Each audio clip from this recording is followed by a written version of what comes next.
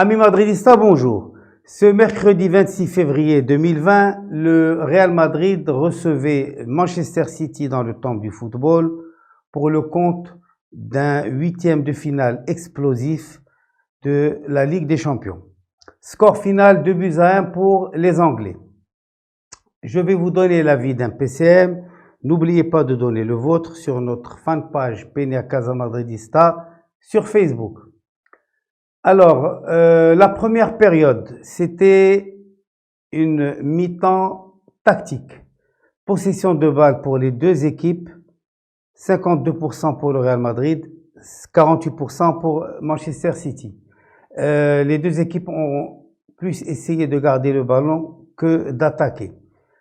Au final, il y a eu 2 occasions franches pour City et une seule pour le Real Madrid. Au retour des vestiaires, le Manchester City s'est lancé à l'assaut du Real Madrid et c'était un véritable tsunami, des erreurs de défense de la part du Real Madrid, désorganisation totale, et ce jusqu'à la 60e minute où Modric récupère un ballon, donne à Vinicius qui passe à Isco et qui marque le premier but de la rencontre. Et ce, il faut quand même bien l'avouer, contre le cours du jeu.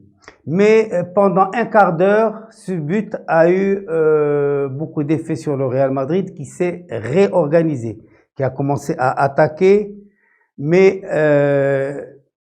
seulement pendant un quart d'heure. C'est-à-dire que à la 75e minute, le Real Madrid a encore une fois baissé les bras et a encaissé 2 buts pratiquement coup sur coup. Alors, pendant ce match, le meilleur, c'était Courtois, qui a fait des arrêts déterminants, décisifs, et qui a limité la casse. A aussi bien joué Vinicius dans la deuxième mi-temps. La première mi-temps, non, mais dans la deuxième mi-temps, il a aussi bien joué. Et il a aussi été Van Zegelen, et ça à la 30e minute. Il a carrément raté un ballon de but tout fait. Zrega de la partie, c'était indubitablement Carvajal qui a raté tout ce qu'il a fait et qui a été à l'origine du penalty du second but alors que l'action était passée et il n'avait qu'à laisser filer le ballon. Alors l'étincelle, ça reste la seule et unique étincelle, le but de Isco. J'ai détesté l'instabilité chronique du Real Madrid qui dure. J'ai aussi détesté que la grande expérience de Ramos et de Carvajal ne leur a pas servi à grand chose pendant ce match. Et j'ai aussi détesté le changement Vinicius par Bale. La question qui tue, allons-nous assister à un Geronabis?